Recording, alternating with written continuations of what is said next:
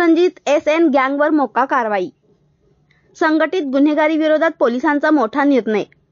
इचलकरंजी शहरातील मध्यवर्ती भागात दहशत निर्माण करणाऱ्या SN गँग या संघटित गुन्हेगारी टोळीविरुद्ध अखेर महाराष्ट्र संघटित गुन्हेगारी नियंत्रण अधिनियम मोक्का अंतर्गत कारवाई करण्यात आली आहे.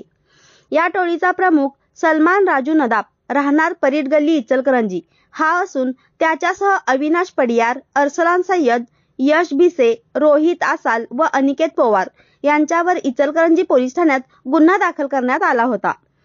फिर्यादी पूनम प्रशांत कुलकर्णी यांनी दिलेल्या फिर्यादीत नमूद केल्यानुसार दिनांक 15 जुलै 2025 रोजी आरोपींनी फटाके उडवताना झालेल्या किरकोळ वादातून टोळीच्या दहशतीसाठी ब्युटी पार्लरवर दगडफेक करून तोडफोड केली व पूनम कुलकर्णी यांना गंभीर जखमी केले.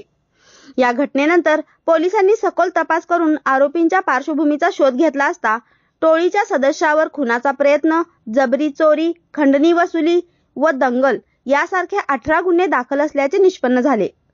कोल्हापूर जिल्ह्याचे पोलीस अधीक्षक श्री योगेश कुमार सो यांनी या संघटित टोळीविरुद्ध मोक्का अंतर्गत कारवाईचे आदेश दिले.